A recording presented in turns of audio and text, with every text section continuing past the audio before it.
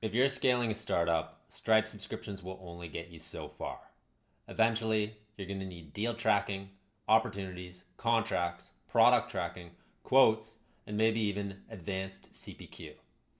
In RevOps, sales systems don't start with complexity. They evolve over 5 clear stages of architecture. I'm Brendan McDonald, a Salesforce and RevOps consultant, and today I'm going to walk you through the ladder step by step so you'll know exactly where you are and when it's time to upgrade your stack. So let's go ahead and get started. So I'm calling this the 5 stages of sales architecture in RevOps, from Stripe to CPQ. So in this visual here, you'll see the 5 clear stages showing how sales systems evolve as your startup scales. So we start at the very bottom of the ladder, which is self-serve Stripe subscriptions.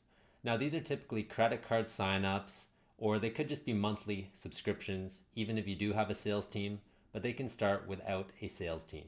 You just need a product to sell and a credit card to bill.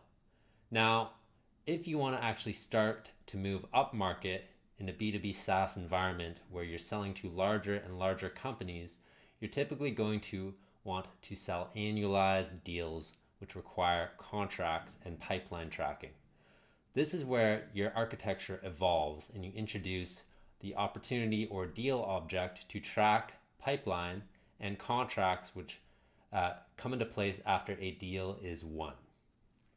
Now, at this point, your architecture still isn't necessarily that complex, but maybe it will evolve to the point where you need to track products individually as your complexity of offerings continues to grow. For example, you might start offering a implementation fee as a line item alongside your software subscription. Now, this is where you get to the point in your architecture where you need a price book and different products stored in your CRM so you can track what is being sold. Now, the next stage after this is negotiated quotes. This is where your product might be a bit more of a commodity and you're offering large volume discounts, or there's a lot of back and forth between you and potential customers where you have to make multiple iterations of a quote before it gets approved. This is where a quoting workflow comes into play, and you're going to have to layer that into your system. And finally, we have advanced CPQ, and this comes into play where a company offers hundreds or tens of SKUs and different bundling opportunities with complex discount logic, automated approvals, and pricing in place. That's where you're going to want to start to look at software. Or once you start to have a large volume of deals, that's when it can make sense to start looking at additional software on top of your CRM. So I want you to take a moment and think, where are you in this evolution, this phase of evolution? Where do you currently sit? Are you tracking deals annualized? Are you still doing Stripe subscriptions? Are you starting to introduce multiple product line items in your architecture? Do you have quoting and back and forth and discounting in your system? Or you might be dealing with a very complex array of products and price books, and you're figuring out how to speed up the procurement of a deal for a potential customer. Once you actually know where you are, then you can better evaluate how you can improve your system and make it more efficient. So now I'll just take you through each stage with a bit more detail. So when we talk about self-serve subscriptions or Stripe subscriptions, just think of this little pricing box that you often see on SaaS websites. These are typically billable by credit card. There doesn't necessarily need to be a sales team involved, and it's just a monthly subscription. So you can stop paying at any time that you want. You don't even necessarily need a CRM here. You could just run your whole business out of Stripe. However, it would be recommended to mirror in your CRM if you do want unified reporting and if you want to actually add a go-to-market motion on top of the people that are signing up through self-serve. The next stage is opportunity contracts. This is where you start to track pipeline in your CRM. Now in Salesforce, this is done using the opportunity object. In HubSpot, it's the deal object, and you're basically just tracking conversations with customers or prospects that might turn into a deal. Now, this is where you're starting to replace monthly subscriptions with annualized deals. Once a deal is closed won, a contract is the result between you and the client. That contract needs to be signed and stored somewhere as a document using e-signature. That's where you could introduce something like DocuSign or PandaDoc or many of these different e-sig softwares. And the architecture you need here is deal tracking and contract tracking with a renewal. So at this point, we're tracking opportunities, contracts, and we want to be tracking when they're coming up for renewal. Now, this can be done in a variety of different ways. I have a full series on how to create a system that does this in Salesforce. It's called The Guide to Renewal Architecture in Salesforce. You can see it on my YouTube channel, and you can also access my ebook, which is in the video description below, and we'll show you exactly how to build a system that does this. Just to give you a quick preview of what it looks like, there's several different chapters. Within each chapter, it shows you the exact object schema that you need to build in order to track this information correctly. So after opportunity contracts, we start to get into product tracking.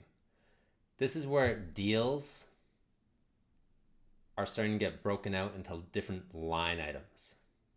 Now, if you don't have that many products, or maybe you only have one product, there's not really a need for this because all you need to enter is an amount.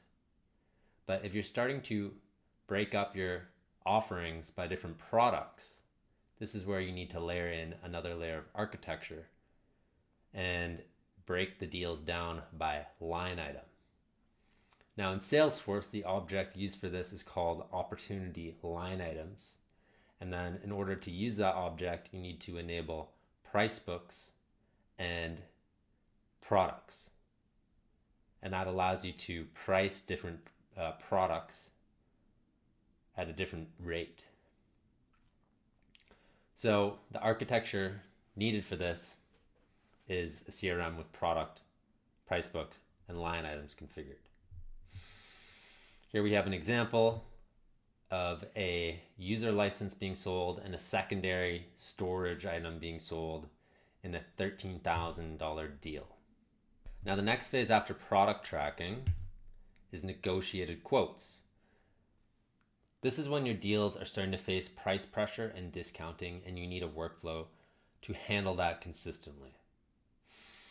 It's when your customers are requesting formal quotes and there's a lot of back and forth between parties. You can also layer in approval processes here for bigger discounts or deals. And obviously the architecture you need here is quotes and line items that link to opportunities, because you can have multiple quotes associated with a single opportunity, and you need that logic to be built in with approvals. And on the right, we have an example here of a quote with the same logic as before, but you can see there's a discount layered in there as well.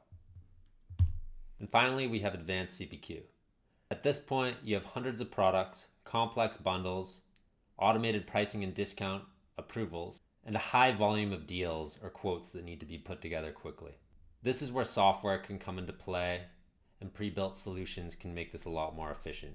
It is possible to build this yourself, but at a certain point, once you're handling a large volume and amount of complexity, I personally would recommend using a software for this.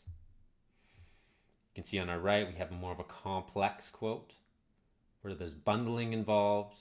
You can edit the quote, and there's some sort of approval process linked to it as well. So yeah, in conclusion, where are you on the ladder?